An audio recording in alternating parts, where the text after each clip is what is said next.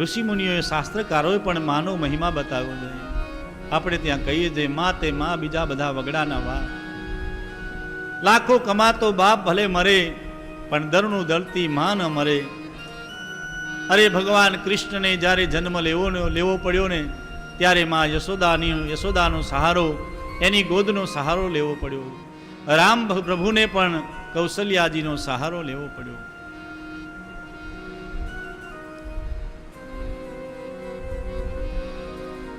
કવિ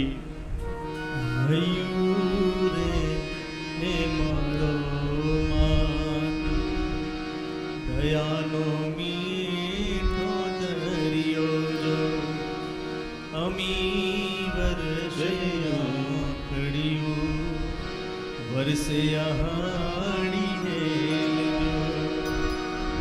તું જનેતા તું જ માતા ભવે ભવ એ ભૂલાય ના હે મારી જનમની દેનારી માં મન તારી યાદ આવે, તારી યાદ આવે મારા પાપણે પાણી પડાવે જો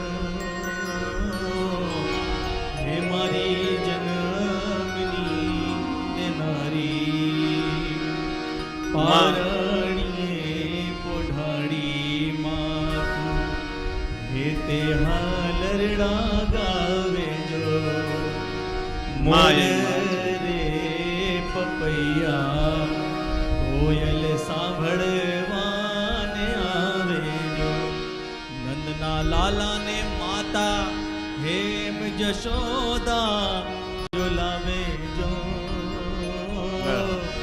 હે મારી માની મમતા ભગવાનને પણ બાંધે છે. હું ભગવાનને દામોદર લીલા દ્વારા, દોરડા દ્વારા બાંધે છે.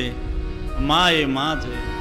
મા અને બાપને આપણા શરીરના જૂતા, અરે શરીરની ચામડી ખોલી અને ચામડીના જૂતા બનાવી માતા પિતાના ચરણોમાં પધરાવીએ ને, તો પણ મા બાપનું ઋણ આપણે ક્યારેય ચૂકવી શકતા નથી.